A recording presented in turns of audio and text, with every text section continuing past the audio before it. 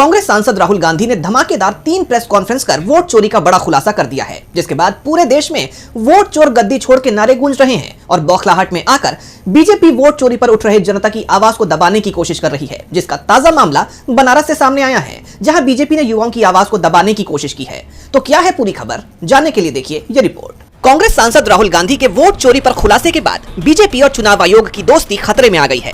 पूरे देश में वोट चोरी के नारे लगाए जा रहे हैं, जिससे बीजेपी की धड़कनें बढ़ी हुई हैं और इन धड़कनों को और बढ़ा दिया है पीएम मोदी के संसदीय क्षेत्र वाराणसी में छात्रों के प्रदर्शन ने। छात्रों ने ऐलान किया था कि वो वाराणसी में वोट चोरी के खिलाफ शांतिपूर्ण विरोध प्रदर्शन करेंगे, लेकिन उससे पहले ही बीजेपी का डर सामने आ गया और उसने एनएसयूआई बीएचयू के प्रेसिडेंट सुमन आनंद को हॉस्टल से गिरफ्तार करवा दिया, जिसे लेकर अब कांग्रेस ने बीजेपी पर करारा हमला बोला है। पार्टी ने एक्स पर लिखा कि युवाओं से डर गए मोदी। नरेंद्र मोदी के संसदीय क्षेत्र बनारस में छात्र वोट चोरी के खिलाफ शांतिपूर्ण विरोध प्रदर्शन करने वाले थे, लेकिन छात्रों की आवाज से डरी सहमी बीजेपी सरकार ने विरोध से पहले ही एनएसयूआई बीएचयू प्रेसिडेंट सुमन आनंद को हॉस्टल में घुसकर गिरफ्तार कर लिया। वहीं कई छात्रों को हॉस्टल और लाइब्रेरी में कुख्यात अपराधियों की तरह तलाशा जा रहा है।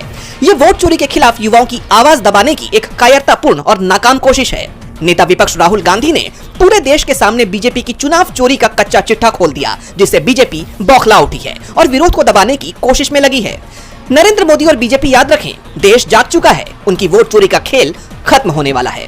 इस मामले में एनएसयूआई की तरफ से बयान सामने आया है, सुनिए। ये लोकतंत्र और संविधान की हत्या हो रही है, संवैधानिक गिरफ्तारियां बिना एफआईआर की हो रही है, इसकी हम कड़ी निंदा करते हैं। साथ ही हम और हमारे कई अन्य साथी जो बिहार के रहने वाले हैं और अन्य जगह के रहने वाले हैं, उनको लगातार पुलिस कॉल कर रही है। हम अभी साइबर लाइब्रेरी से ये वीडियो बना रहे हैं, हम बाहर पुलिस खड़ी है, बार बार धमकियां दिया जा रहा है। हमारे साथी सुमन आनंद को भी एफआईआर की धमकी दी गई है और हमें भी धमकी दी जा रही है कि आप पे एफआईआर करेंगे। बताइए ये किस तरह का अन्याय है? क्या देश में किसी भी गलत होने का विरोध करना अपराध है, कानूनन अपराध है? कांग्रेस के इन आरोपों के बाद अब देखना होगा कि बीजेपी क्या रुख अपनाती है। बिहार विधानसभा चुनाव के लिए प्रचार आखिरी दौर में पहुंच गया है, लेकिन आखिरी समय तक एनडीए ने सीएम पद को लेकर अपने पत्ते नहीं खोले।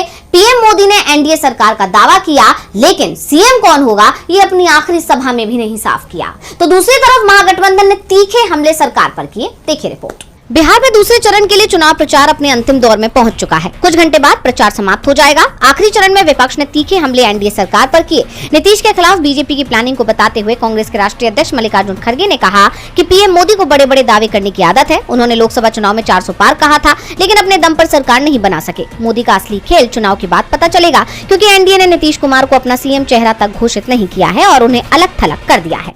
इसके अलावा कांग्रेस सांसद प्रियंका गांधी ने तो बीजेपी की तुलना शराबी पति से ही कर डाली। प्रियंका गांधी ने आगे कहा कि सरकार आपका वोट का अधिकार छीन रही है, बीजेपी संविधान कमजोर करने की कोशिश कर रही है, ये लोग वोट चोरी कर रहे हैं। वहीं महागठबंधन के सीएम उम्मीदवार तेजस्वी यादव ने धुआंधार प्रचार किया और जनता से कई वादे किए। अपनी चुनावी सभा में तेजस्वी यादव ने कई बड़े वादे किए। उन्होंने बिहार को ऐसा बनाने का संकल्प लिया जिससे किसी भी बाहरी भाई को रोजगार के लिए बाहर न जाना पड़े। वहीं एनडीए के लिए प्रचार करते हुए पीएम मोदी और अमित शाह ने वही जंगल राज का राग अलापा। पीएम ने कहा, जंगल राज से बचाए रखना आपकी जिम्मेदारी है। अमित शाह ने भी जंगल राज और घुसपैठियों का मुद्दा उठाया।